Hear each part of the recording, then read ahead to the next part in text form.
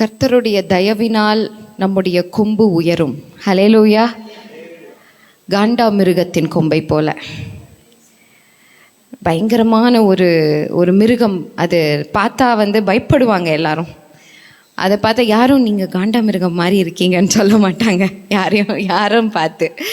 ஆனால் அந்த காண்டாமிருகத்தின் கொம்பை போல உன் கொம்பை உயர்த்துவேன் என்று நமக்கு வாக்குத்தத்தம் பண்ணின தேவன் தான் அதை உருவாக்கியிருக்கிறார். ஹல்லேலூயா. ஒவ்வொரு விஷயத்தையும் இப்படி பார்த்து அதற்கென்று ஒரு ஸ்ட்ரென்த்தை கொடுத்து அதுக்குன்னு ஒரு ப்ளஸ் பாயிண்ட்டை கொடுத்து உருவாக்கியிருக்காரே. உங்களையும் என்னையும் உருவாக்கினவர் நாம் வீணாய் போவதற்காக உருவாக்கினாரு, நாம் ஒன்றுமில்லாமல் போவதற்காக உருவாக்கினாரு, நம்மளுடைய எதிர்காலம் நம்மளுடைய நம்பிக்கை முடிந்து போவதற்காக உருவாக்கினாரு. இல்லை, இன்றைக்கு நாம் அவரை ஏன் ஆராதிக்கிறோம்? நான் ஒரு வழியில் போய் கொண்டிருந்தேன், ஆனால் நல்வழியில் என்னை நடத்தின என் தேவன் என்னோடு கூட இருக்கிறார். ஹல்லேலூயா. என்னுடைய தீமைக்கென்று எழும்பின அநேக காரியங்கள் இன்றைக்கு என்னுடைய நன்மைக்கென்று மாறி இருக்கிறது. அது தேவனுடைய கிருபை. ஹல்லேலூயா. நான் ஒடுங்கி போயிருந்த போது, நான் உடல்நிலையை குறைந்து ஒன்றுமில்லாமல் நான் நின்ற போது அவர் என்னை பிழைப்பூட்டி என்னை மறுபடியும் என் நிலையிலே கொண்டு வந்து நிறுத்தினார். ஹல்லேலூயா. அவர் என்னை காண்கிற தேவன், என் கதறலை கேட்கிற தேவன். இன்னும் என்னை சுற்றி இருக்கும் இந்த சமுதாயம் என்னை குறித்து எதை பேசினாலும் என் கிருபை உனக்கு போதும், பலவீனத்தில் பலன் பூரணமாய் விளங்கும் என்று சொல்லுகிறாரே. இந்த உலகம் எனக்கு கொடுக்கிற பெயர்கள் இருக்கிறதே, அந்த பெயரா நல்ல பெயர் இல்லை. அது நல்ல பெயராக இருந்தாலும் அது நல்ல பெயர் இல்லை. என்னுடைய நல்ல பெயர் எங்கேருந்து வருது தெரியுமா? அவர் கிருபையின் இடத்திலிருந்து வருகிறது. அவர் கிருபாசன தண்டையிலிருந்து வருகிறது. ஹல்லேலூயா. அவர் பரலோகம் எனக்கு வச்சிருக்கிற பேரு தாங்க நல்ல பேர். ஹல்லேலூயா. இன்றைக்கு அந்த நல்ல பெயரை பயங்கர விலை மதிப்பு அதிகமான தைலத்தை பார்க்கிலும், நறுமணம் கொடுக்கும் பர்ஃப்யூமை பார்க்கிலும் குட் நேம் இஸ் பெட்டர்னு பைபிள் எழுதியிருக்கு. நல்ல பேர் பெட்டர்னா அந்த நல்ல பேர் எங்கேருந்து வரணும்? பரலோகத்திலிருந்து வரணும். ஹல்லேலூயா. இயேசு கிறிஸ்து பிறப்பதற்கு முன்பாகவே அவர் அதிசயமானவருங்கிற பெயரை இயேசுவுக்கு கொடுத்தாங்க.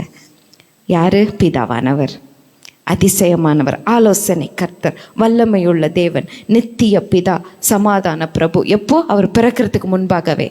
இம்மானுவேல், தேவன் நம்மோடு இருக்கிறார். எப்போ? அவர் பிறப்பதற்கு முன்பாகவே. அப்போ இந்த உலகம் அவரை என்ன சொன்னது? அவர் கள்ளத்தீர்க்கதரிசி என்று சொன்னது, அவரை பீல்சிபப் என்று சொன்னது. இந்த உலகம் அவர் ஒரு போலியான ஒரு மனிதன் என்று சொன்னது. இந்த உலகம் அவரை பாவி என்று சொன்னது. ஆனால் அவருடைய நாமம் பரலோகத்திலிருந்து வந்த நாமம். அது நல்ல நாமம். ஏனால் அவர் நல்லவர், அவர் நல்லவர். அதே தான் உங்களுக்கும் இன்னைக்கும் எனக்கு. இந்த உலகத்தின் சத்தங்களுக்கு நம்மளுடைய காதுகளை மூடி இந்த இடத்துல நம்ம அமரும்போது, தேவனுடைய பிரசனத்தை அமரும்போது எல்லாரும் கண்களை மூடுவோமா? கண்களை மூடும்போது உங்களோட செவிகளையும் மூடிக்கொள்ளுங்க. எதுக்கு? இந்த உலகத்துக்கு, இந்த உலகம் சொல்லுகிறதுக்கு இந்த செவிகளை மூடி தேவன் என்ன பேச விரும்புகிறார், பரலோகத்திலிருந்து எனக்கு இன்றைக்கு என்ன வார்த்தை வரப்போகிறது, துதி நடத்தும் போது தேவன் என்னென்ன வார்த்தைகளை கொண்டு நம்மை நிரப்ப போகிறார், நம்மளுடைய எதிர்காலத்தை நிரப்ப போகிறார், நம்மளுடைய தரிசனத்தை நிரப்ப போகிறார். இந்த வார்த்தைகளுக்கு மட்டும் என் செவி இன்றைக்கு திறந்திருக்க வேண்டும். இந்த வார்த்தைகளுக்கு மட்டும். எனக்கு முன்பாக அழகாய் அண்ணாவுடைய இது இருக்குது, ஐபேட் இருக்குது. அதில் அண்ணா பெருசாக ஜீசஸ் அப்படின்னு போட்டிருக்காங்க. நான் இப்பொழுது என்னுடைய எல்லா கண்களையும் காதையும் எல்லா சென்சஸையும் நான் க்ளோஸ் பண்ணுறேன். And I'm opening my heart only to Jesus, opening my spiritual eyes only to Jesus. Let him be before me. Let him be before me.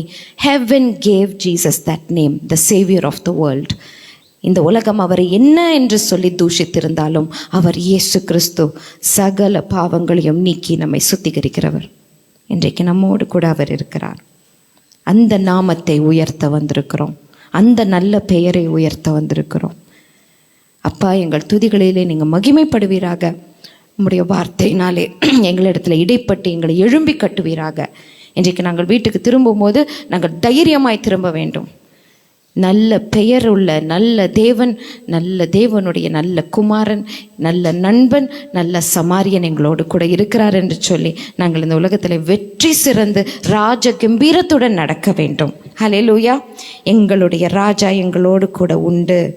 எங்கள் கேடகமும் இஸ்ரவேலின் பரிசுத்தரால் எங்களுடைய ராஜாவும் எங்களோடு கூட உண்டு. அந்த ராஜா தாவீதின் குமாரனாகிய இயேசு கிறிஸ்து. இயேசுவின் நாமத்திலே அனைத்தையும் கேட்டுக்கொள்கிறோம் எங்கள் அன்பின் பரமபிதாவே. ஆமென். ஸ்தோத்திரம். ஹல்லேலூயா, ஹல்லேலூயா. முடிந்தவர்கள் அப்படியே எழும்பி நின்று கொஞ்ச நேரம் கர்த்தரை ஆராதிப்போமா? ஸ்தோத்திரம். Thank you Holy Spirit. Thank you Jesus. Lord, we welcome you. Hallelujah, hallelujah. அப்படியே கொஞ்ச நேரம் கண்களை மூடி பலவித கேள்விகளோடு பலவித எதிர்பார்ப்புகளோடு குழப்பங்களோடு வந்திருக்கலாம்.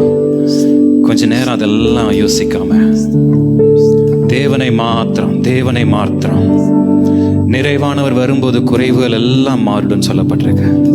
அந்த நிறைவானவருக்கு இடம் கொடுங்க. அந்த காலை வேளையில் அவருக்கு இடம் கொடுங்க. மாதத்தின் கடைசி சில நாட்களில் நம்ம நின்று கொண்டிருக்கிறோம்.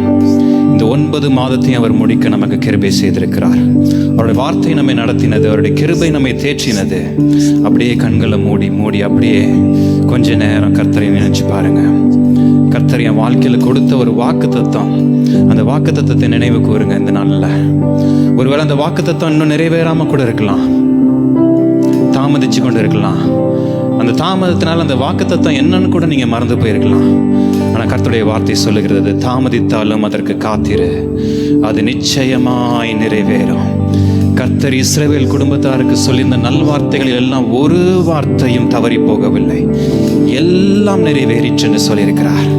காரணம், சொன்னவர் சர்வ வல்லமை உள்ள தேவன். அவர் சொல்ல ஆகும், அவர் கட்டளையிட நிற்கும். எத்தனை பேர் இதை நம்புறீங்க? நம்புறவங்க எங்களோட சேர்ந்து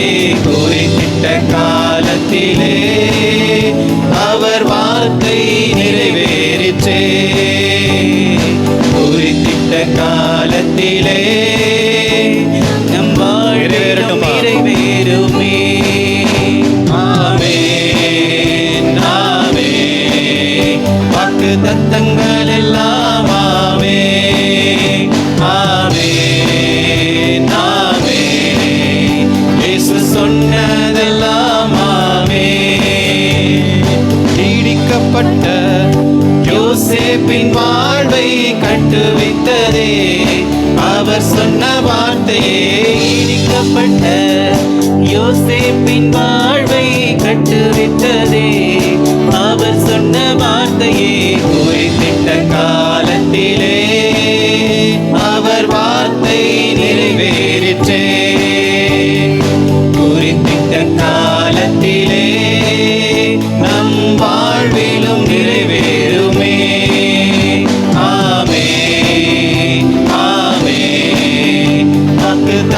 சட்டங்கள் எல்லாம் ஆமே ஆமே ஆமே. இயேசு சொன்னதெல்லாம் ஆமே ஆமே ஆமே. வாக்குத்தத்தங்கள் எல்லாம் ஆமே ஆமே ஆமே. இயேசு சொன்னதெல்லாம் ஆமே. நல்ல கரங்களை தட்டி சொன்னதை செய்து முடிக்கிறவர், வார்த்தையில் உண்மை உள்ளவர். புல் உலர்ந்து பூ உதிரும், நாள் தேவனுடைய வார்த்தையோ என்றென்றைக்கும் நிலைத்திருக்கும். வாக்கு மாறாதவர், சொன்னதை செய்து முடிக்கிற கர்த்தர். அப்படியே உள்ளத்தை திறந்து கர்த்தரை துதிப்போமா? இந்த 9 மாதங்களையும் நம்மை அருமையாய் நடத்தினவர், நேர்த்தியாய் நடத்தினவர், தாங்கினவர், சுமந்தவர், தப்புவித்தவர், வேடனின் கண்ணிக்கும் பாலாக்கும் கொள்ளை நோய்க்கும் நம்மை விலக்கி காத்தவர். ஹல்லேலூயா ஹல்லேலூயா. எனக்காய் முன் சென்று கோணலானவைகளை செவ்வையாக்குகிறவர், தடைகளை உடைக்கிறவர். ஹல்லேலூயா ஹல்லேலூயா. புதிய காரியத்தை செய்கிறேன், அது இப்போதே துவங்கும் என்று சொல்லி இந்த புதிய மாதத்துக்குள்ள என்னை கடந்து வர பண்ணினவர். என் வலது கையை பிடித்து எனக்கு துணையாய் நிற்கிறவர். நான் தண்ணீரை கடக்கும் போதும் அக்கினியை கடக்கும் போதும் என்னோடு கூட இருக்கிறவர். துதிங்க துதிங்க, நல்லா இருதயத்தை திறந்து துதிங்க. கர்த்தருக்கு இடத்தை கொடுங்க. ஒருவராய் பெரிய அதிசயங்களை செய்கிறவரை துதிங்க துதிங்க. அவர் எனக்கு செய்ய போகிறவைகளை யாரும் தடுக்க முடியாது. கர்த்தர் எனக்கு கொடுக்கிறதை யாராலும் தடுக்க முடியாது. மரித்தவர்களும் மௌனத்தில் இறங்குகிறவர்களும் கர்த்தரை துதிக்க மாட்டார்கள். நாங்களோ கர்த்தரை துதிப்போம். துதிப்போமா?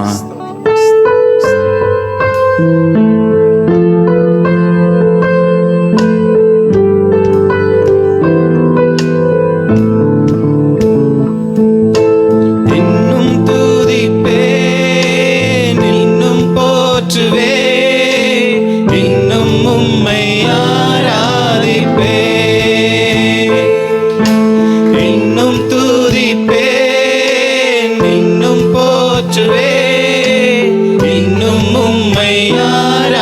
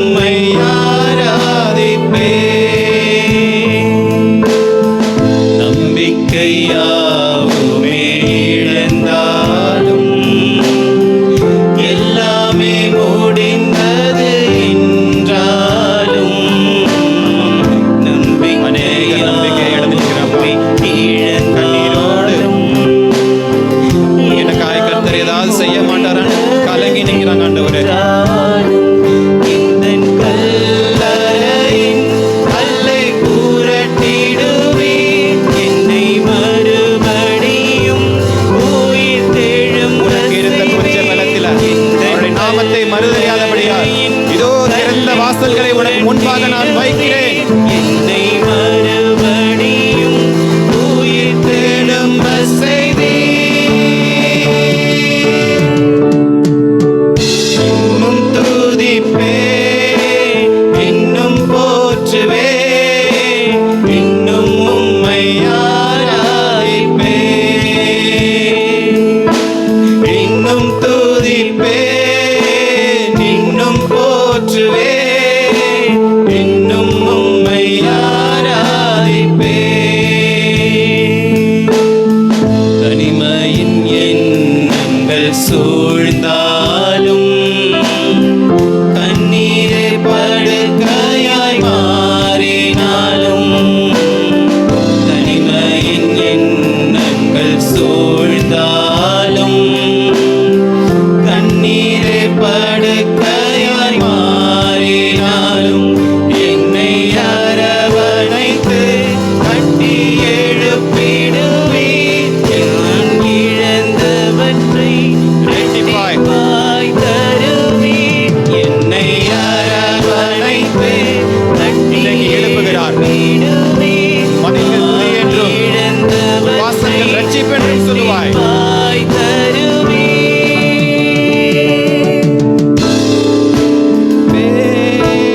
இன்னும் போற்றுவே, இன்னும் உம்மை ஆராதிப்பே. சீயோனே கம்பீரி, இஸ்ரவேலின் தேவனாய கர்த்தர் உன் நடுவில் இருக்கிறார்.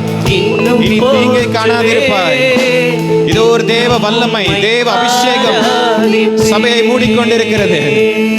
இருதயத்தை திறந்து, உள்ளத்தை திறந்து துதிங்க, துதிங்க, இன்னும் துதிங்க. யாக்கோபே, நீ வேர் பற்றி இஸ்ரவேலை நீ பூத்து காய்த்து உலகத்தை பல நாள் நிரப்பும் நாட்கள் வரும். மகிமை விளங்கும். நீ நம்பியிருந்த நம்பிக்கை வீணல்ல என்று உலகம் சொல்லும். நீ நம்பியிருந்த வார்த்தை வீணல்ல என்று உலகம் சொல்லும். நீ ஆராதித்த தேவன் உண்மை உள்ளவர் என்று தேசம் சொல்லும். துதிக்க துதிக்க ஏதோ மதில்கள் இடிந்து விழுகிறது. எரிகோ மதில்கள் இடிந்து விழுகிறது. பலவீன கட்டுகள் உடைகிறது. உன் வாழ்க்கை தொடர்ந்து கொண்டிருக்கிற சாப கட்டுகள் உடைகிறது. குடும்பத்தை பலவீனப்படுத்திக் கொண்டிருக்கிற, குடும்ப உறவுகளை பலவீனப்படுத்திக் கொண்டிருக்கிற பொல்லாத கிரியைகள் இயேசுவின் நாமத்தினால் கலபர சந்தலரபர இதோ இடிந்து விழுகிறது. உனக்கு நன்மை செய்பவன் யார் என்று பேசின நாவுகள் சொல்லும். உனக்கு உதவுகிற கரம் பூலோகத்தில் இல்ல, பரத்திலிருந்து இறங்கி வருகிறது என்று சொல்லும்.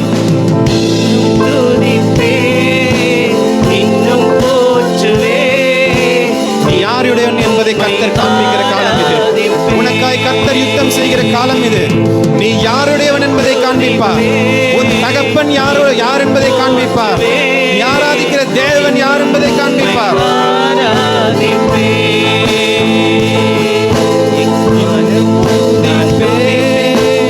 இன்னும் போற்றுவே, இன்னும் உம்மை ஆராதிப்பே. உன் அலங்கத்திற்குள்ளே சமாதானமும் உன் அரமனைக்குள்ளே சுகமும் உண்டாயிருக்கும்.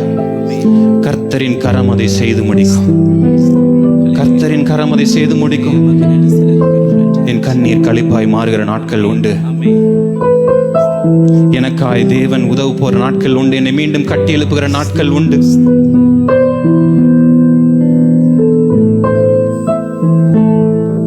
இதோ ஒழுங்கின்மையும் வெறுமையுமாய் இருக்கிற இந்த பூமியின் மேல் அசைவாடின தேவ ஆவியானவர் இதோ ஒழுங்கின்மையும் வெறுமையுமாய் இருக்கிற என் வாழ்க்கையில் மீண்டும் கட்டி எழுப்பும்படி நம் மத்தியில் அசைவாடி கொண்டிருக்கிறார். அவருடைய பிரசன்னத்தில் பர்வதங்கள் மெழுகு போல உருகும். தடைகள் எல்லாம் விலகுகிற நேரம் இது. கர்த்தரிடத்தில் அப்படியே இருதயத்தை திறந்து பேசுவீங்களா? ஆண்டவரே, எனக்கு இந்த காரியத்தை கட்டி கொடுங்கப்பா. என் பலத்தினால அல்ல ஆண்டவரே, நான் ஓடி ஓடி சோர்ந்து போயிட்டேன்பா. பலவீனமான பாத்திரமாய் நிற்கிறேன். என்னை எழுப்ப உம்மால் மாத்திரம்தான் கூடும். உள்ளத்தை திறந்த ஆண்டவர்கிட்ட பேசுறீங்களா?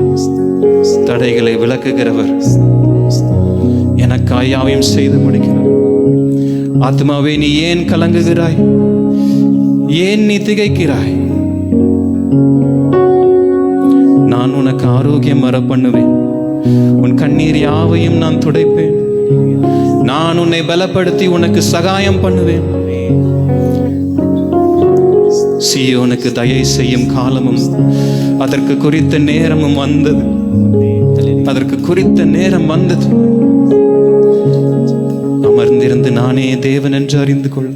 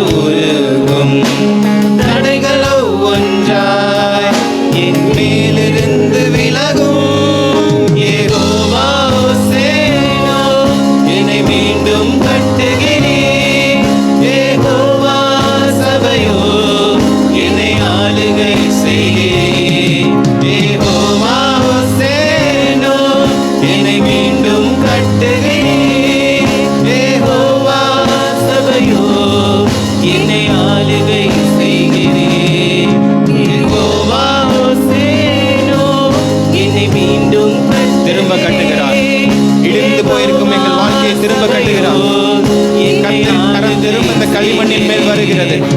என்னை உருவாக்குகிற காலம் இது, என்னை மேன்மைப்படுத்துகிற காலம் இது. இந்த பாத்திரம் கெட்டு போனது யார் சொன்னது? இந்த பாத்திரம் ஒன்றுக்கும் உதவாது என்று யார் சொன்னது? இந்த களிமணின் மீது கர்த்தரின் கரம் அல்லவா, என்னை உருவாக்குகிறவரின் கரம் அல்லவா, இழந்தவற்றை மீண்டும் கட்டுகிறார். சபையோ என்னை ஆளுகை செய்கிறேன். யெகோவா சேனோ என்னை மீண்டும் கட்டுகிறேன். வாழ்க்கையில் இடிக்கப்பட்ட பகுதிகளை கர்த்தர் கை வைக்கிறார். உன் இழப்புகளில் கர்த்தர் கை வைக்கிறார். நான் சந்தித்த நிந்தைகளில் கர்த்தர் கை வைக்கிறார். எங்கெங்க கூனி குறுகினாயோ அந்தந்த இடங்களில் கர்த்தர் கை வைக்கிறார். மகிமை விளங்கும். மகிமை விளங்குகிறது. சபையே, சம்பவித்தது எல்லாம் யோபுவே, உன் இழப்பு உனக்கு சாட்சி அல்ல, உனக்கு மீண்டும் கிடைக்க போகிறது தான் சாட்சி. நீ சகலத்தையும் திருப்பிக் கொள்ளும் நாட்கள் சமீபமாயிருக்கிறது. கர்த்தரின் வலதுகரம் பராக்கிரமம் செய்யும். யெகோவா சபையோ என்னை ஆளுகை செய்கிறேன். இல்லாமல் ஒன்றுமில்லையே, என்னை தள்ளாமல் சேர்த்துக் கொண்டிரே. நீர் இல்லாமல் ஒன்றுமில்லையே, என்னை தள்ளாமல் சேர்த்துக் கொண்டிரே.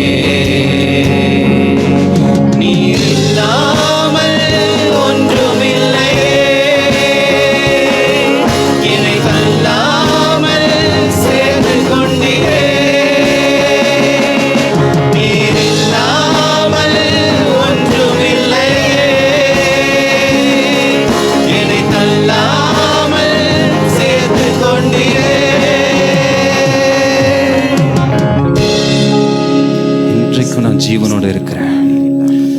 அநேக இழப்புகளை சந்தித்தும் இன்னும் நான் ஜீவனோட இருக்கேன்னு சொன்னா என்னை மீண்டும் கட்டுகிற நாட்கள் உண்டு. ஒப்பு கொடுத்தாலும் என் கூட இருந்து தான் அவர் நடத்தி நடத்துவார், காரியத்தை வாய்க்க செய்வார். நான் சிறுமைப்பட்ட நாட்களுக்கும் துன்பத்தை கண்ட வருஷங்களுக்கும் சரியா என்னை மகிழ்ச்சியாக்குவார்.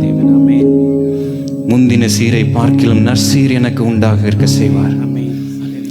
காற்று வீசலாம், பெருங்காற்றும் வீசலாம், சில நேரம் அந்த திரி மங்கி கூட எரியலாம். எவ்வளவுதான் மங்கி எரிஞ்சாலும் அணைய விட மாட்டார், அணைய விட மாட்டார், அணைய விடவே மாட்டார். என்னை மீண்டும் கட்டி எழுப்பி கண்மலையின் மேல் விளக்காய் வைத்து அநேகருக்கு ஆசீர்வாதமாய் நிறுத்துவார். அவர் சொன்னதை செய்து முடிக்கும் அளவும் என்னை கைவிட மாட்டார். எனக்கு குறித்ததை நிறைவேற்றி முடிப்பார். அப்படியே கரங்களை நல்லா தட்டி தேவனுக்கு மகிமை செலுத்தி, கர்த்தர் என்னை மீண்டும் கட்டுகிற நாட்கள் இது.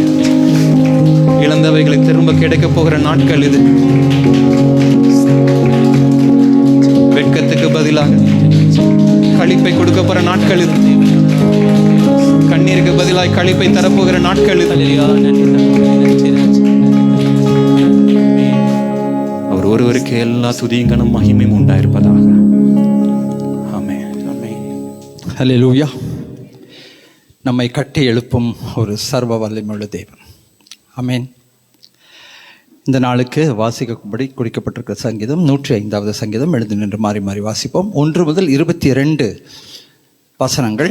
இந்த சங்கீதத்தை வாசிப்பதற்கு தம்பி ஆஸ்டினை முன்பாக அழைக்கிறேன். 105வது சங்கீதம் 1 முதல் 22 வசனங்கள். எழுந்து நின்று மாறி மாறி வாசிப்போம். சங்கீதம் 105. கர்த்தரை துதித்து அவருடைய நாமத்தை பிரஸ்தாபமாக்குங்கள், அவருடைய செய்கைகளை ஜனங்களுக்குள்ளேயே பிரஸ்தாபப்படுத்துங்கள்.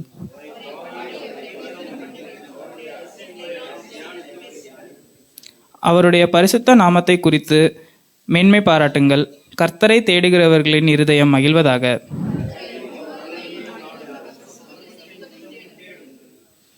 அவருடைய தாசனாகிய ஆபிரகாமின் சந்ததியே, அவரால் தெரிந்து கொள்ளப்பட்டவர்கள் ஆகிய யாக்கோபின் புத்திரரே,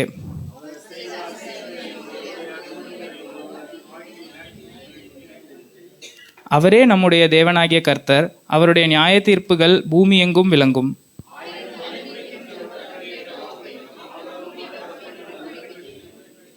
அவர் ஈசாக்குக்கு இட்ட ஆணையையும் என்றென்றைக்கும் நினைத்திருக்கிறார்.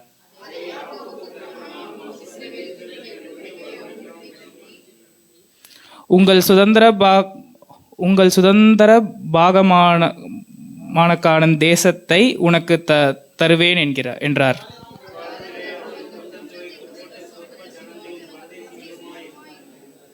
அவர்கள் ஒரு ஜனத்தை விட்டு மறு ஜனத்தண்டைக்கும், ஒரு ராஜ்யத்தை விட்டு மறு தேசத்தண்டைக்கும் போனார்கள்.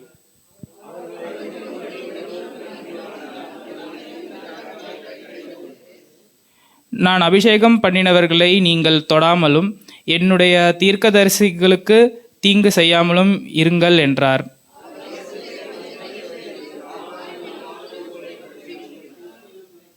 அவர்களுக்கு முன்னாலே ஒரு புருஷனை அனுப்பினார்.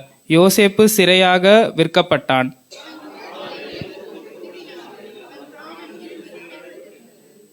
கர்த்தர் சொன்ன வார்த்தையை நிறைவேறும் அளவும் அவருடைய வசனம் அவனை புடமிட்டது.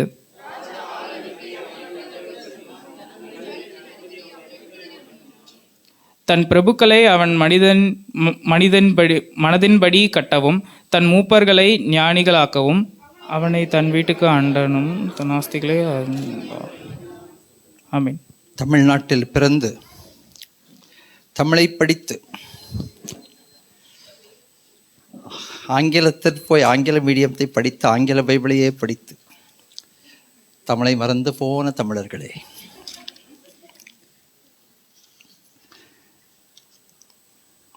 மறுபடியும் திரும்புங்கள். உங்கள் சுய தேசத்திற்கு திரும்புங்கள். ஏசாயா தீர்க்கதரிசன புஸ்தகத்திற்கு திருப்பிக் கொள்வோம். நிறைய சத்தியங்கள், நிறைய வார்த்தைகள் இன்னைக்கு.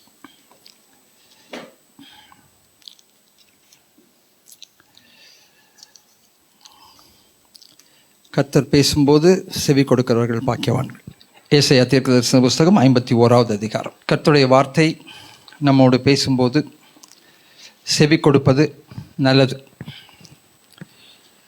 பலியை பார்க்கிலும் கீழ்ப்படுதல் நல்லது. ஆட்டுக்குட்டியின் நினத்தை பார்க்கிலும் செவி கொடுத்து சேர்வதே நலம். கர்த்தருடைய வார்த்தை நம்மை உருவாக்குகிறது. அவருடைய திருவுள்ள சித்தத்தை போல நம்மை உருவாக்குகிறது.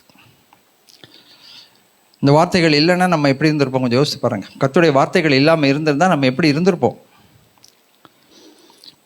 51வது அதிகாரம், ஏசாயா 51:1 சேர்ந்து வாசிப்போம். நீதியை பின்பற்றி கர்த்தரை தேடுகிற நீங்கள் எனக்கு செவி கொடுங்கள்.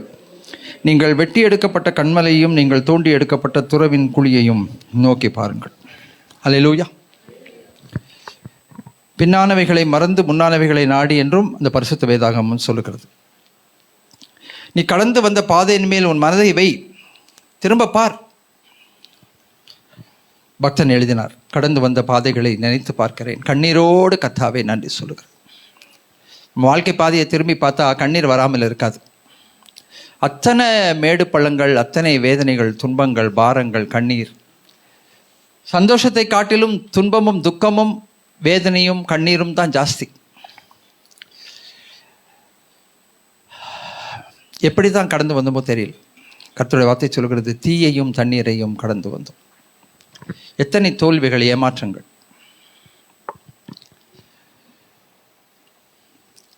ஆனால் இன்றைக்கு கர்த்தருடைய வார்த்தை என்ன சொல்லுது தெரியுங்களா?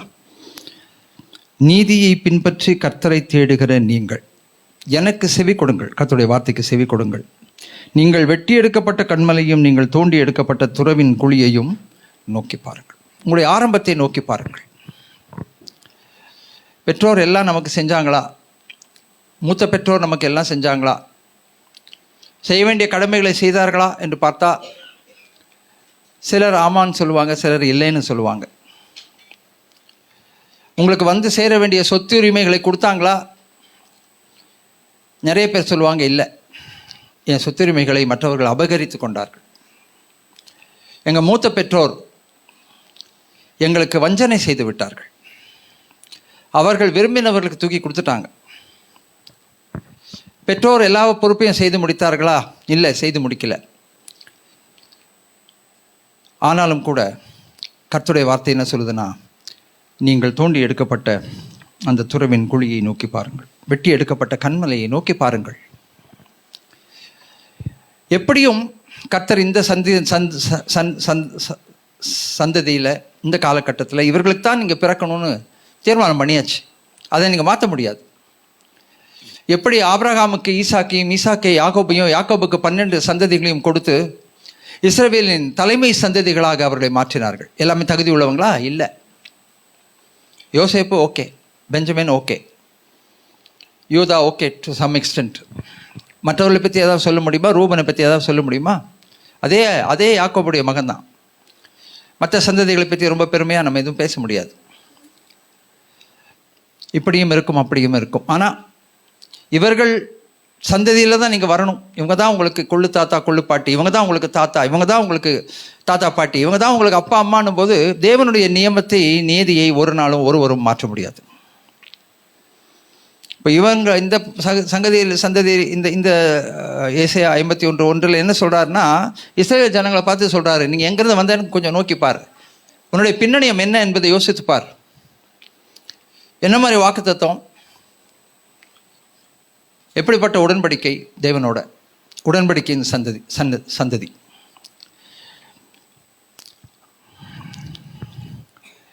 உங்கள் பின்னணியத்தை நோக்கி பாருங்கள்.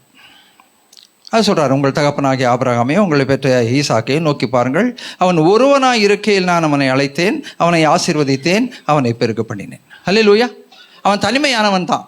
அப்பா அம்மாவை எல்லாத்தையும் விட்டுட்டு ஆபிரகாம் அந்த தேசத்தை விட்டு தேராக வெளியில் வரும்போது தைரியமாக வந்தால் கூட, தேராகு சீரியாவில் செட்டில் ஆயிட்டாரு. ஆனால் ஆண்டவரோ அந்த தேராகுக்கு கொடுத்த வாக்குத்தத்தத்தை ஆபிரகாம் மூலமாய் நிறைவேற்றுகிறாரு. இங்கே இல்லை, இங்கே இல்லை, பாலும் தேனும் ஓடுகிற கானான் தேசம் போய் சேரும் வரைக்கும் நீ போயிட்டு தான் இருக்கணும். உனக்கென்று கர்த்தர் எந்த ஒரு முடிவு ஸ்தானத்தை வைத்திருக்கிறாரோ அந்த ஸ்தானத்திற்கு போய் சேரும் மட்டும் நான் பிரயாணம் பண்ணிக்கொண்டே தான் இருக்கணும். அரதேசியும் பரதேசியமாய் போய் கொண்டிருக்கணும். சில நேரத்தில் சந்தோஷம் இருக்கும், நிறைய நேரத்தில் துக்கம் இருக்கும், வேதனை இருக்கும், கண்ணீர் இருக்கும். போய் சேர்ந்துடலாம் போல தோணும். எதுக்கு இருக்கும்? இருந்து என்ன சாதிக்க போகிறோம்? என்ன கிடைச்சி எங்களுக்கு வாழ்க்கையில்? சொல்கிற அளவுக்கு என்ன கிடைச்சது? பலவிதமான எண்ணங்கள் மனசில். கடந்த கால நிகழ்வுகள் திரும்ப திரும்ப திரும்ப திரும்ப திரும்ப வரும். என்னதான் நீ பழசெல்லாம் மறந்துடுன்னு சொன்னாலும் அதை மறக்க முடியாது. அது திரும்ப திரும்ப திரும்ப அப்பப்போ வரும். அந்த திரும்ப திரும்ப நடந்த காரியங்களுடைய வேதனைகள், துன்பங்கள் ஒருவேளை வரலாம். இயல்பு தான் மனுஷனுக்கு அது. ஆனால் ஆண்டவர் என்ன சொல்கிறாரு, அவன் ஆபிரகாம் ஒருவனாய் தான் இருந்தான், தனிமையான ஒரு மனிதனாய் தான் இருந்தான், உங்களைப் போல ஒன்றுமில்லாதவனாக இருந்தான், அரதேசியும் பரதேசியமாக தான் இருந்தான். ஒரு விஷயம் என்ன தெரியுமா? நான் அவனை அழைத்தேன். அல்லேலூயா. நான் அவனை அழைத்தேன். ஆபிரகாமே ஆபிரகாமே ஆபிரகாமேன்னாரு. அப்புறம் ஆபிரகாம் பேர் மாத்தினாரு, ஆபிரகாமே ஆபிரகாமேன்னாரு. பேரை சொல்லி அழைத்தவர் உண்மையுள்ளவர். பெயர் சொல்லி அறிந்திருக்கிறவர் உண்மையுள்ளவர். நம்ம எல்லா சூழ்நிலைகளையும் ஆராய்ந்து அறிந்திருக்கிறவர். நம்ம கலந்து போகிற எல்லாம் மற்றவங்களை பார்த்து சந்தோஷமாக தான் சிரிப்போம். நம்ம நல்லா இருக்கீங்களா? நல்லா இருக்குங்க. உள்ளுக்குள்ளே தான் தெரியும் என்னென்ன நல்லா இருக்குது, என்னென்ன நல்லா இல்லைன்னு, எதெல்லாம் ரிப்பேர் ஆகிருக்குன்னு தெரியும், எல்லாம் உடஞ்சி போயிருக்குன்னு தெரியும், எதெல்லாம் சின்ன பின்னமாயிருக்குன்னு தெரியும். அதையும் மீறி தான் இந்த புன்சிரிப்பு, அதை மீறி தான் அதை மறைக்கிறதுக்கு தான் இந்த சிரிப்பு. எவ்வளவோ காயங்கள் உள்ள, எவ்வளவோ அடிகள், வதைகள். நல்லா இருக்கீங்களா? நல்லா இருக்கேங்க. எனக்கு பொதுவாக பிரதீப்பும் கமலும் வர்ஷிப் நடத்தும்போது ஜென்ரலாக மோஸ்ட்லி அவங்க கேட்குற ஒரு கேள்வி வந்த உடனே என்ன கேட்பாங்கன்னா, சந்தோஷமாக இருக்கீங்களா? சிரிப்போம், தலாட்டுவோம். ஆனால் சொல்லுவோம்மா? ஒரு நாளும் சொல்ல மாட்டோம். என்னைக்காவது யாராவது ஒருத்தர் இப்படி சொல்லியிருக்கீங்களா? இல்லை. என்னைக்காவது ஒரு நாள் திரும்ப அவங்கள நீங்கள் கேட்டிருக்கீங்களா, நீங்கள் சந்தோஷமாக இருக்கீங்களான்னு? அவங்க இங்கே ஏறி நிற்கும் போது எந்த மனநிலையோடு நிற்கிறாங்க, பின்னணியத்தில் காலையில் என்ன நடந்துச்சு, ராத்திரி என்ன நடந்துச்சு, ஒன்றும் தெரியாது. அவங்க நம்மளை பார்த்து சந்தோஷமாக இருக்கீங்களான்னு கேட்குறாங்க. எல்லாம் சந்தோஷமாக இருக்க வேண்டும் என்று தான் கர்த்தருடைய வார்த்தை. கர்த்தருக்குள் சந்தோஷமாக இருங்கள் என்று மறுபடியும் சொல்லுகிறேன். ஒரு விஷயம் இன்னைக்கு ஆழமாக நான் சொல்கிறேன். நம்மை அழைத்தவர் உண்மையுள்ளவர். கரங்களை வச்சு சொல்லுவோம், என்னை அழைத்தவர் உண்மையுள்ளவர். அனாதையாக விடமாட்டார். ஏன்னா அனாதையாக விடமாட்டார். ஒரு நாள் என்னை அனாதையாக விட மாட்டார். என்னை அழைத்தவர் உண்மையுள்ளவர், கடைசி வரைக்கும் நடத்துவதற்கு அவர் உண்மையுள்ளதே. நான் துன்பத்தின் மத்தியில் நடந்தாலும் தேவரீர் என்னை உயிர்ப்பிக்கிறீர், உமது வலது கரம் என்னை ரட்சிக்கிறது. கர்த்தர் எனக்காக யாவையும் செய்து முடிப்பார். கர்த்தாவே உமது கிருபை என்றும் உள்ளது, உமது கரத்தின் கிரியைகளை நிகழ விடாதிருப்பீராக. அழைத்தவர் உண்மையுள்ளவர். எங்கே கொண்டு போய் சேர்க்கணுமோ அங்கே சேர்க்கிற வரைக்கும் அவர் வழி நடத்துவார். இந்த ஏசாயா தீர்க்கதரிசன புத்தகத்தில் நிறைய விஷயங்கள் நீங்கள் பார்த்தீங்கன்னா சந்தோஷமாக இருக்கும். இங்கே அப்படியே வைங்க, இந்த 51 வந்து நீங்கள் அப்படியே கொஞ்சம் ஓப்பன் பண்ணி வச்சுக்கோங்க. அதுக்கு முன்னால் ஒரு சங்கீதத்துக்கு உங்களை நான் கொண்டு போகிறேன். நல்லா தெரிஞ்ச சங்கீதம் தான். ஏசாயா தீர்க்கதரிசன புத்தகம் 43வது அதிகாரம் 1வது வசனம், 2வது வசனம், 3வது வசனம். என்ன அழகான வாக்குத்தத்தங்கள் பாருங்கள்.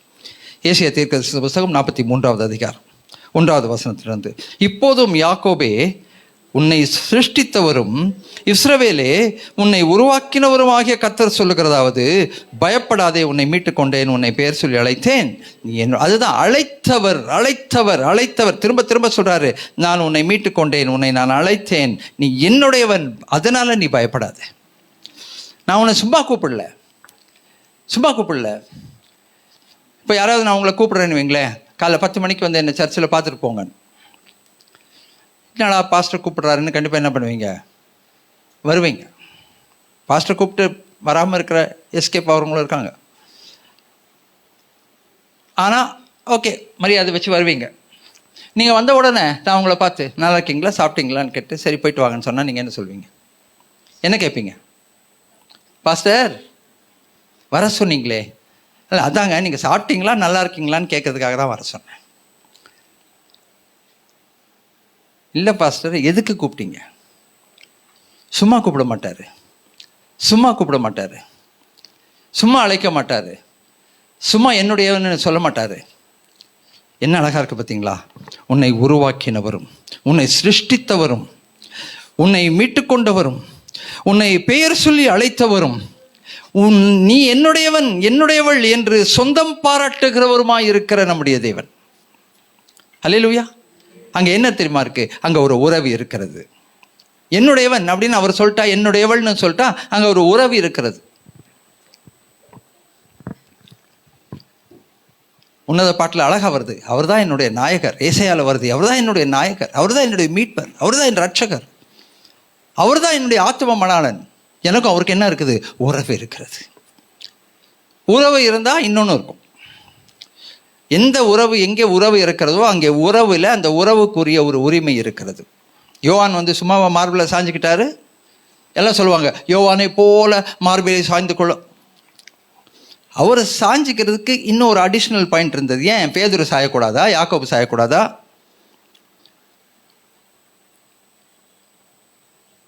அந்திரேய சாயக்கூடாதா? பிலிப்பு சாயக்கூடாதா? முடியும். ஆனால் அந்த யோவான் சாய்ந்து கொள்வதற்கு, மார்பிலை சாய்ந்து கொள்வதற்கு ஒரு அடிஷ்னலாக இன்னும் கூட ஒரு பாயிண்ட் இருந்துச்சு. என்னன்னா, அவருக்கு இரத்த சம்பந்தமான உறவு.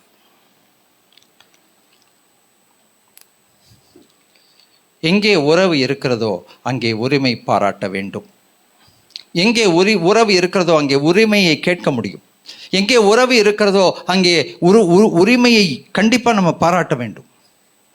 பாராட்டுவதற்கான எல்லா அதிகாரமும் நமக்கு இருக்கு. உறவு இருந்தால் உரிமை இருக்கணும். அந்த உரிமைக்கு ஒரு பொறுப்பு இருக்குது. வெறும் பொறுப்பில்லாத உரிமை இல்லைங்க, அது பொறுப்புணர்ச்சியோடு உறவு. திருமணத்தில் என்னெல்லாம் சொல்கிறாங்க இல்லைங்களா? வாழ்விலும் தாழ்விலும் சுகத்திலும் துக்கத்திலும் மேட்டிலும் பள்ளத்திலும் மரணம் நம்மை பிரிக்கும் அளவும் அந்த உறவு இருக்கு. அந்த உறவில் ஒரு உரிமை இருக்கு. என்னுடைய சரீரத்தாலும் என் பொருளாலும் உன்னை நான் கனம் பண்ணுவேன். உரிமை இருக்கு. உன்னுடையது என்னுடையது, என்னுடையது உன்னுடையது. என்னதான் வித்தியாசமான பேங்க் அக்கௌண்ட் இருக்கட்டும், புருஷனுக்கு ஒரு பேங்க் அக்கௌண்ட் இருக்கட்டும், ஒய்ஃபுக்கு ஒரு பேங்க் அக்கௌண்ட் இருந்தாலும் அவர்கள் இருவருக்கும் நடுவில் இருக்கிற அந்த உரிமை உறவில் இவர்களுக்கு அதன் மீது அதிகாரம் இருக்கிறது, அவர்களுக்கு இதன் மீது அதிகாரம் இருக்கிறது.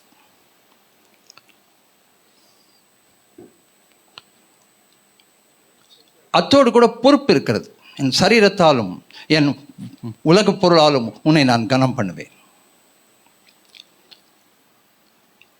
அவர் என்ன தெரியுமா சொல்றாரு? நீ என்னுடையவன், உன்னை பராமரித்துக் கொள்கிற பாதுகாத்துக் கொள்கிற பெரிய பொறுப்பு எனக்கு இருக்கு. அதை நான் உண்மையாக செய்வேன், உன்னை நான் கைவிட மாட்டேன். 2வது வசனம், நீ தண்ணீர்களை கடக்கும் போதும் நான் உன்னோடு இருப்பேன், நீ ஆறுகளை கடக்கும் போதும் அவைகள் உன்மேல் புரளுவதில்லை, நீ அக்கினியில் நடக்கும் போது வேகாதிருப்பாய், அக்கினி ஜுவாலை உன் பேரிலே பற்றாது. ஹல்லேலூயா. தண்ணீர்லேயே நீ நடக்க மாட்ட மகனே அப்படின்னு பைபிளில் எங்கேயும் சொல்லலை. ஆறுகளில் நீ கடக்க மாட்ட மகனே எங்கேயும் சொல்லலை. அக்கினியிலே நீ நடக்கவே மாட்ட மகனே எங்கேயும் சொல்லலை. இயல்பாக வாழ்க்கையில் சில காரியங்கள் வரத்தான் செய்யும். அதனால தான் சங்கீதக்காரன் எழுதும்போது சொல்கிறார், தீயையும் தண்ணீரையும் கடந்து வந்தோம். உங்கள் வாழ்க்கையில் தீயும் தண்ணீரையும் கடந்து வந்தவங்க கரங்களை உயர்த்தி ஒரு அல்லேலூயா சொல்லுங்கள். என் வாழ்க்கையில் தீயையும் தண்ணீரையும் கடந்து வந்தேன். கஷ்டங்களை பார்த்துருக்குறேன், வேதனைகளை பார்த்துருக்குறேன், துன்பங்களை பார்த்துருக்குறேன், பசியை பார்த்துருக்குறேன், பட்டினியை பார்த்துருக்குறேன்.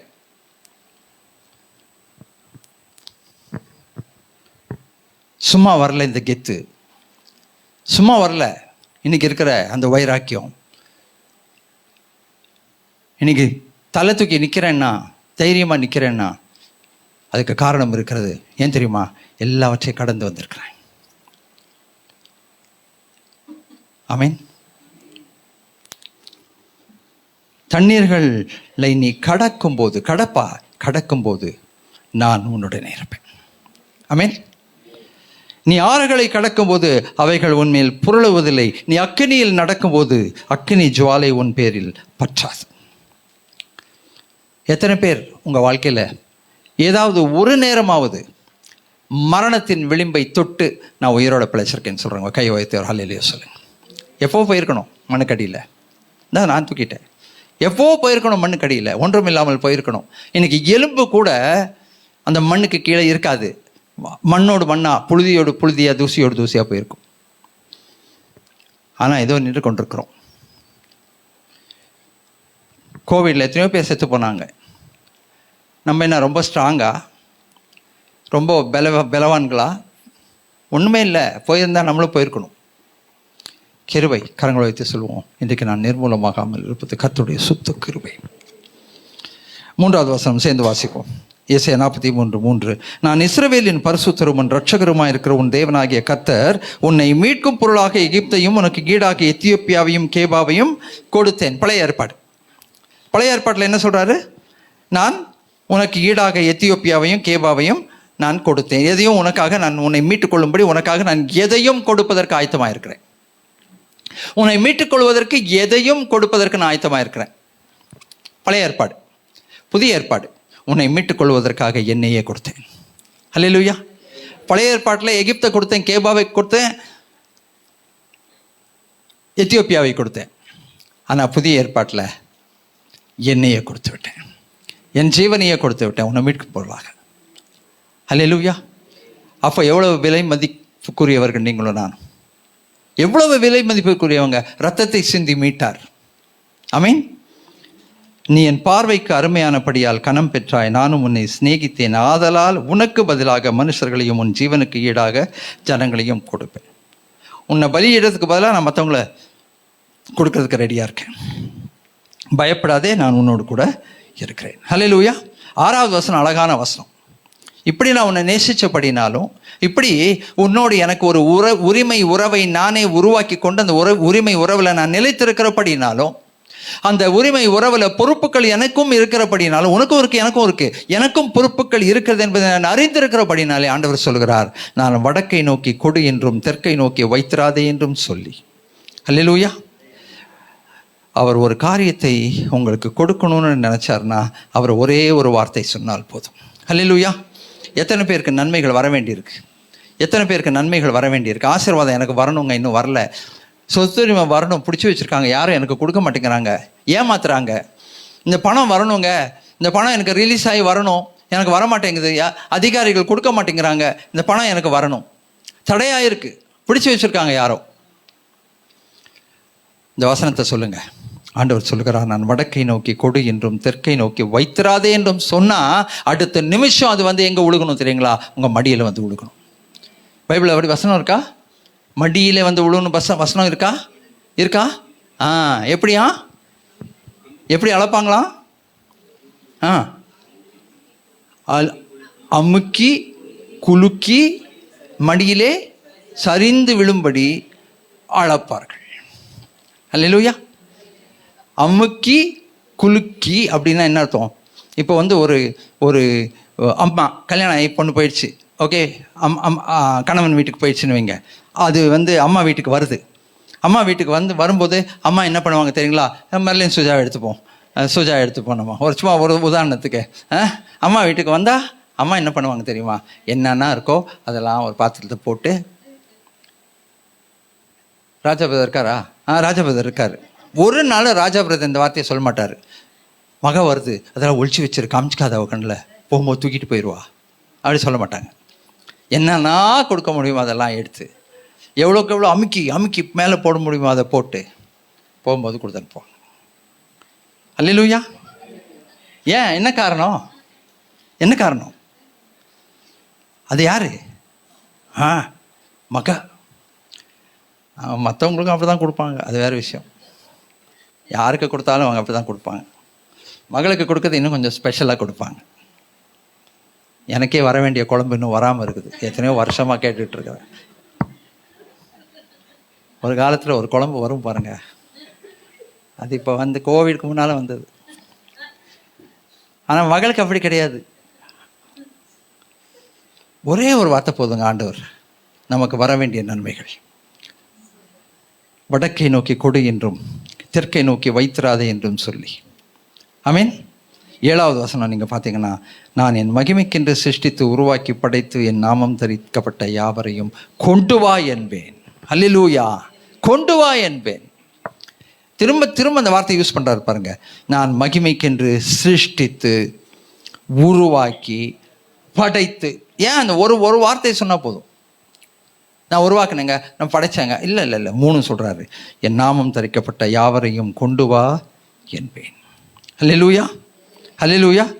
எதுக்காக? 10வது வசனம், நான் அவரே என்று நீங்கள் உணர்ந்து என்னை அறிந்து விசுவாசிக்கும்படி நீங்களும் நான் தெரிந்து கொண்ட என் தாசனும் எனக்கு சாட்சிகளாக இருக்கிறீர்கள் என்று கர்த்தர் சொல்கிறார்.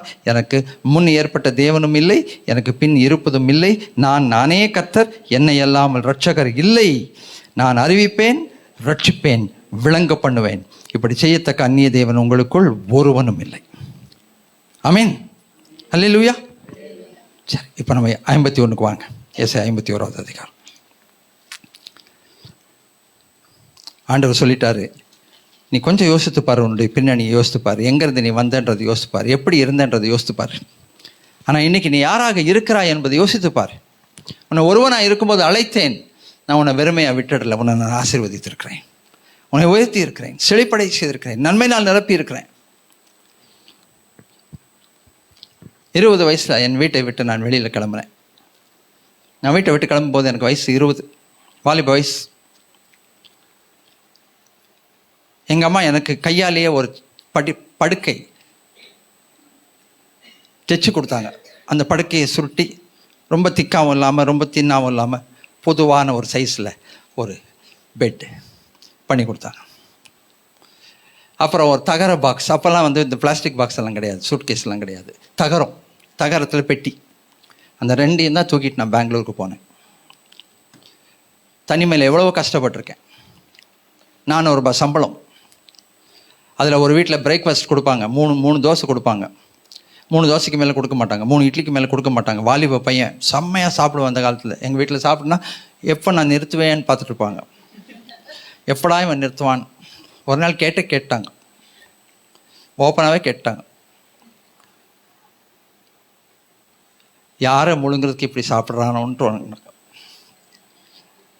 அவ்வளோ மனசு கஷ்டமாயிடுச்சு. ஐயோ இப்படி கேட்டாங்களே. யார்? எங்கள் ஒரு அண்ணன் தான் கேட்டார், அம்மாலாம் கேட்க மாட்டாங்க.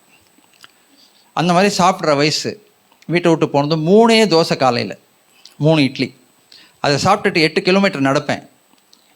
ஏன்னா பஸ்ஸுக்கு செலவு பண்ணக்கூடாது, ரூபா செலவு பண்ணக்கூடாது, மிச்சம் பண்ணணும். 400 ரூபாய் சம்பளம், 100 ரூபாய் இந்த பிரேக்ஃபாஸ்ட் கொடுத்துருவேன், 100 ரூபாய் வாடகைக்கு கொடுத்துருவேன், 100 ரூபாய் ஸ்டைலாக வீட்டுக்கு அனுப்பிடுவேன். வீட்டுக்கு அனுப்ப வேண்டிய அவசியம் இல்லை, பட் ஆனால் 4 பேர்த்துக்கிட்ட சொல்லுவாங்கல்ல, பையன் பெங்களூரில் வேலை செய்கிறான், பணம் அனுப்புகிறான்னா அது நம்மளுக்கு ஒரு கெத்து. அனுப்பிடுவேன். அந்த 100 ரூபாய் வச்சு தான் இந்த மாதம் முழுசு ஓட்டணும். கடைசி வாரம் தண்ணி குடிச்சிட்டு கடைசி வாரம் கையில் பைசா இருக்காது சாப்பிட்றதுக்கு. வயிறு நிறைய தண்ணி குடிச்சிட்டு அந்த 8 கிலோமீட்டர் தூரம் நடப்பேன்.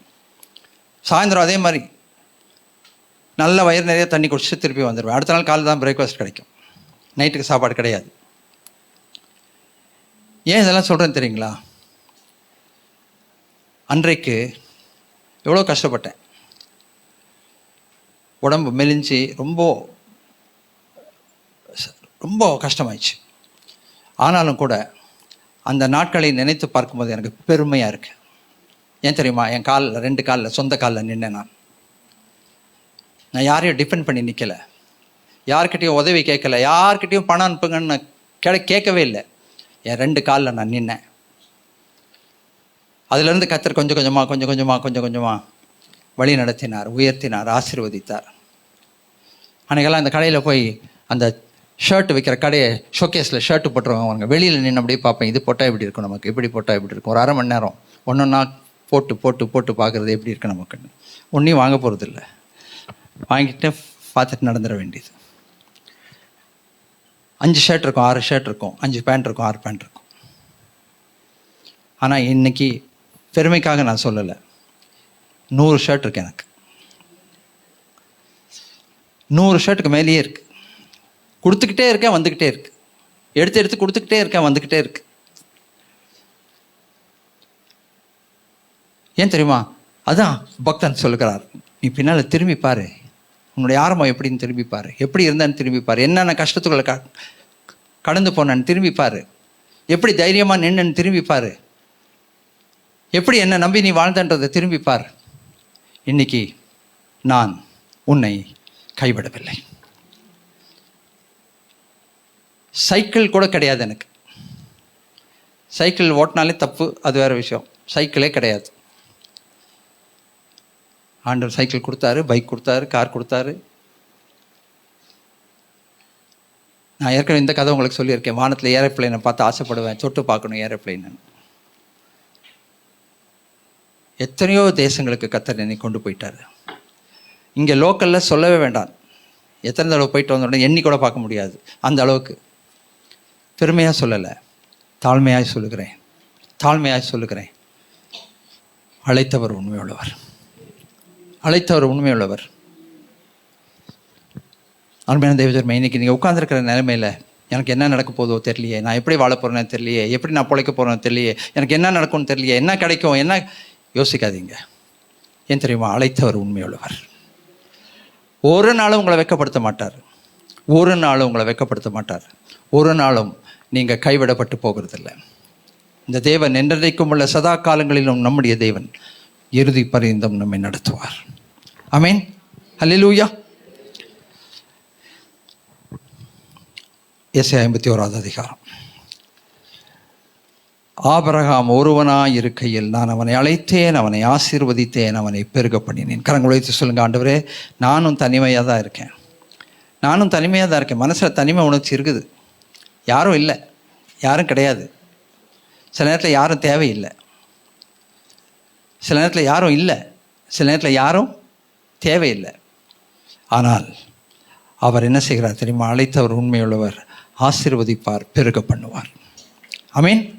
ஆசீர்வதிப்பார், பெருக பண்ணுவார். 3வது வசனம் நல்லா சத்தமாக வாசிங்க. கர்த்தர் சியோனுக்கு ஆறுதல் செய்வார், அவர் அதன் பாழான ஸ்தலங்களை எல்லாம் தேறுதல் அடைய செய்து அதன் வனாந்திரத்தை ஏதேனை போலவும் அதன் அவாந்தர வெளியை கர்த்தரின் தோட்டத்தை போலவும் ஆக்குவார். சந்தோஷமும் மகிழ்ச்சியும் துதியும் கீத சத்தமும் அதில் உண்டாயிருக்கும். அல்லேலூயா. கர்த்தர் சியோனுக்கு ஆறுதல் செய்வார். இன்னைக்கு நம்பி அனுப்புகிறேன், உங்களை சொல்லி அனுப்புகிறேன். கர்த்தர், நீங்கள் சியோனா இருந்த ஆட்டுக்குட்டியானுடைய வாசஸ்தலமாக இருந்தால் கர்த்தர் உங்களுக்கு ஆறுதல் செய்வார். கர்த்தர் உங்கள் பாழான ஸ்தலங்களை எல்லாம் தேறுதல் அடைய செய்வார். அதை ஏதேனை போல மாற்றுவார். கர்த்தருடைய தோட்டத்தை போல, பரதீசை போல மாற்றுவார். அங்கே என்ன இருக்குமா? 4 விஷயம் சொல்லுங்க. சந்தோஷமா வாசிங்க, சத்தமா வாசிங்க. சந்தோஷமும் மகிழ்ச்சியும் துதியும் கீத சத்தமும் அதில் உண்டாயிருக்கும். அவர் ஆசீர்வதிக்கிற ஆசீர்வாதத்தினால சந்தோஷம் மகிழ்ச்சி 2மே இருக்கும். துதியும் கீத சத்தமும் அதில் உண்டாயிருக்கும்.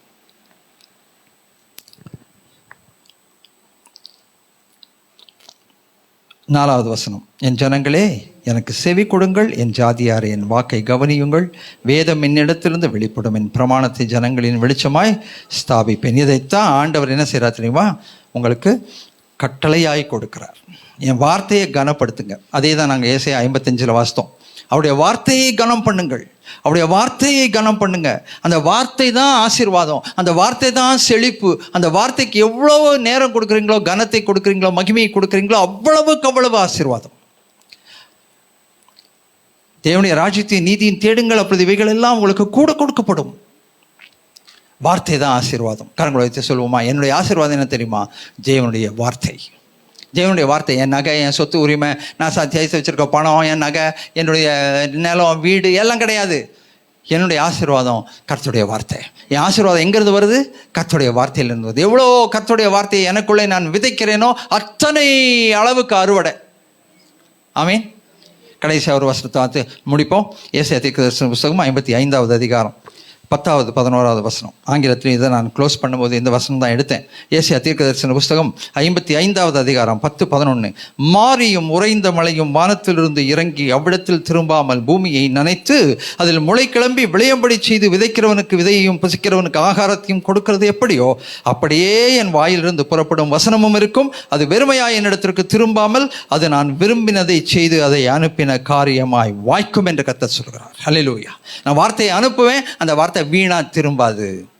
எப்படி ஒரு விதையை போட்டு ஆண்டவர் வானத்திலிருந்து மழையை கொடுத்து அந்த விதை விதைத்து அது முளை விட்டு அது கிளம்பி அது வெளியில வந்து அது செடியாய் மாறி அது அது அது மரமா மாறி கனி கொடுக்கிறதோ, அதை போல நமக்குள் விதைக்கப்படுகிற ஜீவனுள்ள தேவனுடைய வார்த்தை ஒரு நாளும் வெறுமையாய் போகாது. அது அவர் அதை நமக்குள் அனுப்பின காரியமாய் வாய்க்கும். அதனால என்ன நடக்கும்? அது விதைக்கிறவனுக்கு விதையையும் புசிக்கிறவனுக்கு ஆகாரத்தையும் கொடுக்கும். 11வது வசனம், அப்படியே என் வாயிலிருந்து புறப்படும் வசனமும் இருக்கும். அது வெறுமையாய் என்னிடத்திற்கு திரும்பாமல் நான் விரும்புகிறதை செய்து அதை அனுப்பின காரியமாய் வாய்க்கும்படி செய்யும். அப்படி அதை வாய்க்கும்படி செய்த உடனே என்ன நடக்குமா? 12வது வசனம், நீங்கள் மகிழ்ச்சியாய் புறப்பட்டு சமாதானமாய் கொண்டு போகப்படுவீர்கள். பர்வதங்களும் மலைகளும் உங்களுக்கு முன்பாக கம்பீரமாய் முழங்கி வெளியின் மரங்கள் எல்லாம் கை கொட்டும். அந்த சத்தம் கேட்காது, ஆனால் அந்த பர்வதங்களும் அந்த செடியும் மரமும் நமக்காக கொண்டாடும். முட்செடிக்கு பதிலாக தேவதாரு விருட்சம் முளைக்கும், காஞ்சோரிக்கு பதிலாக மிருது செடி எழும்பும். அது கர்த்தருக்கு கீர்த்தியாகவும் நிர்மூலமாகாத நித்திய அடையாளமாகவும் இருக்கும். ஹல்லேலூயா. காஞ்சோரி, வாழ்க்கையில் இருக்கிற காஞ்சோரி எல்லாம் போயிடும். மிருது செடி முளைக்கும், முட்செடிக்கு பதிலாக தேவதாரு விளைக்கும். இப்போ உட்காந்து குத்திக்கிட்டு தான் கிடக்கு, இப்போ உட்காந்து அறுத்துக்கிட்டு தான் கிடக்கு, இப்போ இருதயத்தை காயப்படுத்தி கொண்டு தான் இருக்கு. ஆனால் தேவனுடைய வார்த்தை உள்ளே இறங்கும் போது வருகிற ஆசீர்வாதத்தினால அதெல்லாம் மாறும். அது மிருது செடியாய் மாறும், தேவதாரு விருட்சமாய் மாறும். அது கர்த்தருக்கு கீர்த்தியாகவும் நிர்மூலமாகாமல் அந்த நித்திய அடையாளமாகவும் இருக்கும். ஆமீன். இந்த வார்த்தைகளை கேட்டு அந்த வார்த்தைகளின்படி அவரால் அழைக்கப்பட்டு ஆசீர்வதிக்கப்பட்டு செழிப்படைய செய்யும்படி நியமிக்கப்பட்டிருக்கிற நீங்களும் நானும் பாக்கியவான்கள். அதன் வார்த்தையைபடி வார்த்தையை ஏற்றுக்கொண்டு வார்த்தையை கனப்படுத்தி வார்த்தையை உள்வாங்கி வார்த்தையின் ஆசீர்வாதங்களை பெற்றுக்கொள்ள தேவன் கிருபை அருளுவாராக. ஆமீன். நம்ம மத்தியில் இன்னைக்கு சூரியும் எஸ்தரும் சூரியும் ஜெரும் இருக்கிறது பெரிய ஒரு சந்தோஷம். காணிக்கைக்கு முன்னாடி நம்முடைய அன்பு தம்பி சூரி வந்து சில வார்த்தைகளை பேசும்படி அன்போடு கூட கேட்கிறேன். கர்த்தருடைய பரிசுத்தத்துக்கு ஸ்தோத்திரம். எங்களுக்காக ஜெபிக்கிற உங்கள் எல்லாரையும் பார்க்கறதுல ரொம்ப சந்தோஷம். விபிஎஸ் ட்ரைனிங் நல்லபடியாக முடிந்தது. அதில் 150க்கு மேலே மக்கள் வந்தாங்க. 175 பார்ட்டிசிபெண்ட்ஸ். ஆண்டவர் உதவி செய்தார். 2 நாள் அந்த ட்ரைனிங்கில் நான் இருந்தேன். 3வது நாள் நான் இங்கே வர வேண்டி இருந்துச்சு. ஏன்னா நான் 3 மாதத்துக்கு முன்னாடி டிக்கெட் புக் பண்ணதுனால ட்ரைனிங் வந்து லேட்டராக தான் ஃபிக்ஸ் ஆச்சு. அதனால் நான் லாஸ்ட் நாள் இருக்க முடியல. ஆனால் எஸ்தர் இருந்து அதை முடிக்க ஆண்டவர் உதவி செய்தார். நிறைய பிரச்சனை வந்துச்சு. ஸ்டார்டிங் டேவே வந்து ஒரு சைல்டு எவாஞ்சலிஸ்டோட குழந்தையும் எஸ்தர் 2 பேருக்கும் high fever. Arrival day night 2 பேர்த்துக்கு ஹை ஃபீவர். நான் 3 மணி வரைக்கும் முழிச்சிருந்து எஸ்தரை பார்த்துக்கிட்டேன். ஆண்டவருடைய கிருபையில் ஹீல் ஆகிட்டா. அப்புறம் சைல்டு எவாஞ்சலிஸ்ட் இருக்க முடியல, அவங்க ஹாஸ்பிட்டல் போயிட்டாங்க.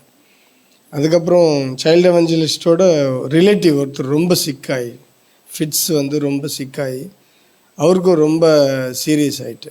ஸோ அவரும் போகணுமா இருக்கணுமா அப்படின்னு, ஏன்னா ஒரு டீமாக இருந்து செய்கிறோம். ஆக்ஷன் சொல்லிக் கொடுக்கணும், 3 நாள் ட்ரைனிங் நடத்தணும், எல்லா செஷன்ஸ்லேயும் வந்து ரிசோர்ஸ் பர்சன் இருக்கணும். ஒவ்வொரு செஷனுக்கும் தனித்தனியாக ஆளை பிரித்து விட்டுருக்கு. ஸோ ஆண்டவருடைய சுத்த கிருபையில் எல்லாவற்றிலும் ஆண்டவர் உதவி செய்தார். நான் வந்ததும் அப்புறம் ஆர்ஃபனேஜில் ஒரு பிள்ளைக்கு ஃபிட்ஸ் வந்துட்டு, எஸ்தரும் இங்கே இருக்கா, நானும் இங்கே இருக்கேன். அப்புறம் பிள்ளைக்கு வந்து அந்த மாதிரி ஆயிட்டு, அது ரொம்ப கஷ்டமாக இருந்தது. ஜெபித்தோம், ஸ்டாப் ஆகிட்டு. மறுபடியும் நேற்று தினத்தில் மறுபடியும் அவளுக்கு ரொம்ப சீரியஸ் ஆகிட்டு. ஸோ ஜெபித்து கொள்ளுங்க. இப்போ ஹாஸ்பிட்டலில் இருக்காங்க எஸ்தரும், அப்புறம் அந்த பிள்ளை, அதுக்கப்புறம் அட்டண்டன்ட் 2 பேர் 4 பேர் இருக்காங்க ஹாஸ்பிட்டலில். ஜெபித்து கொள்ளுங்க. இப்போது ஸ்கேன் எடுக்க போயிருக்காங்க.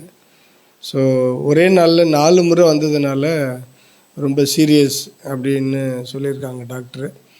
ஆர்கனைசேஷனில் இருந்தும் ரிஸ்க் எடுக்க வேண்டாம், வீட்டுக்கு அனுப்பிடுங்க அப்படின்னாங்க. ஆனால் பிள்ளை வந்து அனாதை பிள்ளைன்றதுனால அப்பா அம்மா கிடையாது, சொந்தக்காரங்களும் கிடையாது. கிராமத்தில் ஒரே ஒரு பாட்டி மட்டும்தான் இருக்காங்க.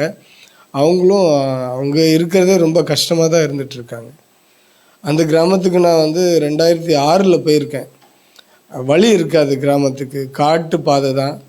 அங்கே கொண்டு போய் நம்ம விட்டோம்னா வேறு வழியே கிடையாது. அந்த பிள்ளைக்கு வேறு எந்த ஒரு இதுவும் இருக்காது. ஸோ அதனால் நாங்கள் தான் வச்சு ரிஸ்க் எடுத்து பார்த்துட்ருக்கோம். ஜெபித்து கொள்ளுங்க. உங்களுடைய ஜெபம் ரொம்ப அவசியம். ஃபுல்முனி மால்டோ இப்போ வந்து விபிஎஸ் நடந்துகிட்ருக்கு. 34 ஸ்கூலில் விபிஎஸ் நடந்துகிட்ருக்கு. எஃப்எம்பிபி ஸ்கூல் ப்ராஜெக்ட்ஸில் ஹாஸ்டலில் விபிஎஸ் நடந்துகிட்ருக்கு. அதுக்காக ஜெபித்து கொள்ளுங்க. ட்ரைனிங் முடிஞ்சிருச்சு, இப்போ விபிஎஸ் போயிட்டுருக்கு. ஸோ அது எல்லாம் நல்லபடியாக நடக்கணும். பிள்ளைகள் வந்து வேறு மற்ற இப்போ வந்து என்ன நடக்கும்னா பூஜா ஹாலிடே, அதனால் நிறைய மேளாக்கள் நடக்கும், பெரிய பெரிய மேளாக்கள் நடக்கும். அதில் வந்து நிறைய தேவையில்லாத காரியங்கள் அங்கே கொண்டு வருவாங்க. அது ஒரு பெரிய கிராண்டாக நடத்துவாங்க. அதிலேருந்து பிள்ளைகளை பாதுகாக்கணுன்ட்டு தான் இந்த ப்ரோக்ராம் அந்த நாளில் நடத்திட்டுருக்கோம். ஸோ பிள்ளைகள் ரட்சிப்புக்காக அந்த ப்ரோக்ராம் நல்லா நடக்கணும், பிபிஎஸ் ப்ரோக்ராம். அதுக்காக ஜெபித்து கொள்ளுங்கள். இதே நாட்களில் சர்ச்சில் வந்து நாங்கள் சிறுவர் முகாம் நடத்திட்டுருக்கோம். அது வந்து 16 இடத்துக்கு மேலே இடத்துல பிள்ளைகளை கூட்டி சிறுவர் முகாம் நடத்துகிறோம். 3 நாள் சிறுவர் முகாம். அதுக்காக ஜெபித்து கொள்ளுங்கள். விபிஎஸ் வந்து 7 நாள் விபிஎஸ்.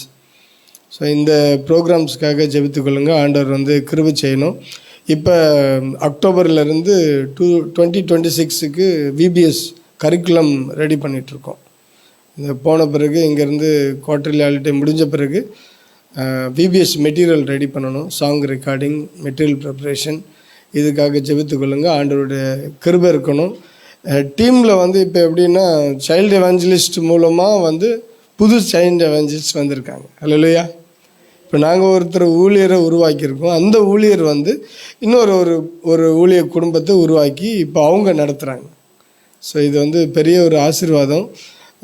ஆண்டவர் வந்து அந்த ஊழியத்தை எடுக்கும்போது ஆண்டவர் அந்த 72வது சங்கீதம் 16வது வசனம், பூமியின் மலைகள் உச்சியில் ஒரு பிடி தானியம் விதைக்கப்பட்டிருக்கும், அதனுடைய விளைவு லெபனான் போல அப்படின்னு ஆண்டவருடைய வசனம். ஆண்டவர் வந்து உண்மையாகவே வந்து அந்த ஒரு சின்ன விதை தான் ஒவ்வொரு மால்டோ கிராமத்துலேயும் விதைச்சது. சண்டே ஸ்கூல் நம்ம வந்து ஆண்டவருடைய வசனத்தை கற்றுக்கொள்ளணும் அப்படின்னு ஒரு அந்த வசனத்தை மேலே உள்ள ஒரு வாஞ்சிய பிள்ளைகள் சிறு வயசுலேருந்தே வளர்த்து விடணும். அதுதான் மெயின் ப்ரோக்ராம். இல்லை, அந்த வாஞ்சியை வந்து கொண்டு வரணும். ஒவ்வொரு வருடமும் விபிஎஸ்சில் வந்து எல்லா மனப்பாட வசனத்துக்கும் ஒரு பாட்டு எழுதிடுவாங்க. அது ஒரு ஒழுங்காக வந்து நாங்கள் வந்து ஆரம்பித்து விட்டோம். எல்லா டே ஸ்டோரிக்கும் அதே வசனத்தை ஒரு இதுவும் எழுத்தும் மாறாமல் அதில் ஒரு பாட்டு வந்துடும். ஸோ ஆண்டவர் வந்து அந்த வசனங்கள் மூலமாக, பாட்டு வழி மூலமாக அந்த பிள்ளைகள் மனசில் அந்த வசனங்கள் ஆழமாக பதிந்து வாழ்க்கை வந்து சீரமையணும். அதுக்காக ஜெபித்து கொள்ளுங்கள். எஸ்தருக்காக ஜெபித்து கொள்ளுங்கள். இப்போ சர்ச் ரிப்போர்ட்னு ஒரு புதுசாக ஒரு பொறுப்பு கொடுத்துருக்காங்க. இப்போ சர்ச்சை போய் பார்த்து அந்த சர்ச்சில் சண்டே கிளாஸ் நடக்கா, யூத் மீட்டிங் நடக்கா, சகோதரிகள் கூட்டம் நடக்கா, சர்ச்சு எப்படி நடக்கு, எல்லோரும் ஒழுங்காக வராங்களா. ஸோ அந்த மாதிரி ஒவ்வொரு சர்ச்லேயும் போய் ஒரு மாதத்துக்கும் ஒரு 10 சர்ச்சுக்கு போனோம். 12, 15லேருந்து 10க்குள்ளே போனோம். ஸோ 4 வாரம் தான் இருக்குது. அப்படின்னா வந்து ஒவ்வொரு வாரமும் 2 அல்லது 3 கிராமத்துக்கு போக வேண்டியிருக்கும் ஒவ்வொரு வாரமும். ஸோ அதுக்காக ஜெபித்துக்கொள்ளுங்க. அவனுடைய கிருபை வேணும், பிரயாணத்தில் கிருபை வேணும். எஸ்தருக்கு விசேஷமாக அவங்களோட சிக்காக இருக்கா, அதுக்காக ஜெபித்துக்கொள்ளுங்க. டைஃபாய்டு இருந்துச்சு, அதுலேயும் ஆண்டவர் உதவி செய்தார். அதுலேருந்து மீண்டு வரவும் உதவி செய்தார். இப்பொழுதும் அந்த ஹாஸ்பிட்டலில் இருக்கா. ஆண்டவர் தான் கிருபை செய்யணும். ஸ்பெஷலாக ஜெபித்துக்கொள்ளுங்க. நன்றி. ஜிம்மு ஜெர்சாக்காக ஸ்பெஷலாக ஜெபித்துக்கொள்ளுங்க. அவங்க நல்ல ஆவிக்குரிய வாழ்க்கையில் வளரணும், அதுக்கப்புறம் நல்லா படிக்கணும், நல்ல ஆரோக்கியமாக இருக்கணும். ஆத்மாவே கர்த்தரை ஸ்தோத்திரி, என் முழு உளமையோட பரிசுத்த நாமத்தை ஸ்தோத்திரி. ஆத்மாவே கர்த்தரை ஸ்தோத்திரி, அவர் செய்த சகல உபகாரங்களை மறவாதே.